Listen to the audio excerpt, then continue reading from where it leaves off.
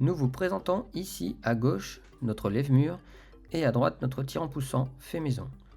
Et pour cela, petit retour en arrière. Et tout commence par ce logiciel bien connu et en accès libre à tout le monde, SketchUp. Pour le lève-mur, en haut à gauche, la partie haute avec à l'extrémité une poulie pour guider le câble et juste au-dessus une tige filetée avec boulon pour empêcher le câble et le crochet de partir au montage ou au démontage. Il y a également deux plats en jaune qui seront soudés au tube pour le renforcer. Enfin, les plaques violettes viendront se fixer au mur pour accrocher le crochet.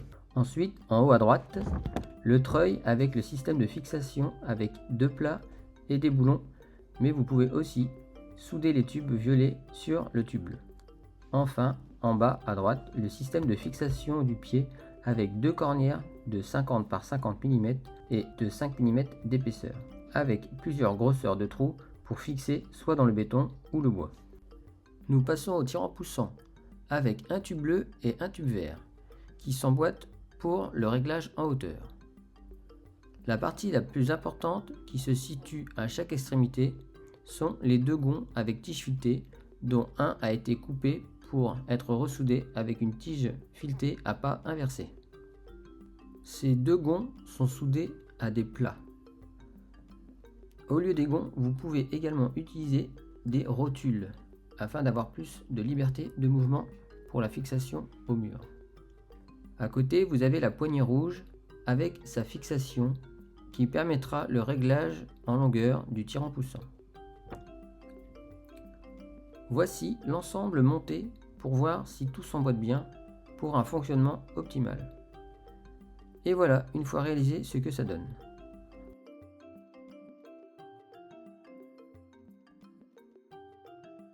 On retrouve bien les deux cornières avec une vis à béton pour la fixation au sol.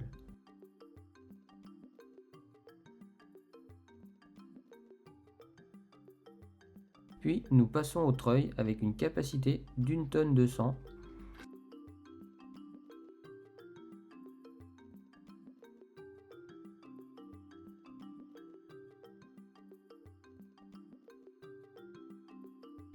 Nous avons aussi la possibilité de retirer la manivelle et brancher une visseuse à choc pour ne pas forcer. Méthode qu'on mettra en place probablement pour les murs de la maison. Je reviens sur le tube carré, il s'agit de deux tubes de 2 mm d'épaisseur. Ils font 40 par 40 mm et celui intérieur en 35 par 35 mm pour permettre le télescopage et donc le réglage en longueur suivant la hauteur de votre mur.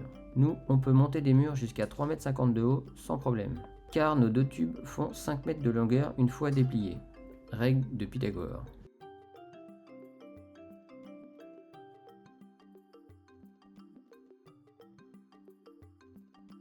Dans la partie haute, on retrouve bien notre poulie avec la tige boulonnée au-dessus pour que le câble ne parte pas au montage ou au démontage. Voilà, c'est tout simple.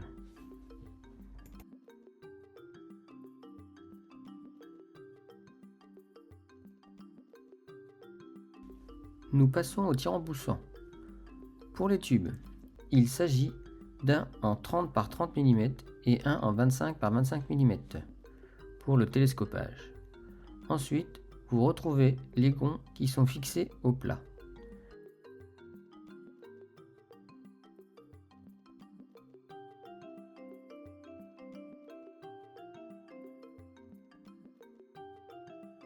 Et enfin, voici la poignée qui nous sert à faire tourner le tube sur lui-même pour allonger ou raccourcir le tir en poussant. Voici en accéléré l'utilisation de nos lève-murs. Pour ce mur qui n'est pas très long, utilisation d'un seul lève-mur. En revanche, pour ce mur, on a utilisé les deux. C'est plus sécurisant et ça évite au mur de trop se tordre.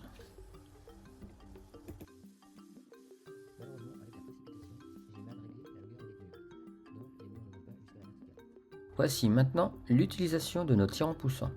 Il suffit de tourner dans un sens ou l'autre pour pousser ou tirer le mur. Ça peut servir également d'été. Et voilà, on passe maintenant au bilan sur le coût de la réalisation. Donc pour le lève-mur, le treuil, il faut compter 35 €. Pour tout ce qui est tube métallique, 30 €. Crochet, poulie plus quincaillerie, 30 €.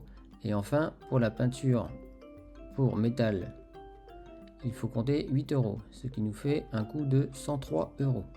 En ce qui concerne le tirant poussant, pour les rotules ou gonds avec tige filetée, cela coûte assez cher, une quarantaine d'euros, voire plus, si vous prenez des rotules. Pour les tubes métalliques, ça ne change pas, 30 €. Quincaillerie d'hiver, 5 €, donc ça concerne les boulons et tiges filetées. Et enfin, la peinture, 8 €, pour un coût total de 83 €. Donc l'ensemble nous revient à 186 €. Si on compare les prix avec des revendeurs, pour le lève-mur, on peut voir ici, il revient à 918 €. Mais c'est un lève-mur qui ne peut monter des murs que de 2,50 m maximum, alors que les nôtres peuvent monter des murs jusqu'à 3,50 m. Donc il aurait coûté certainement plus cher dans cette version.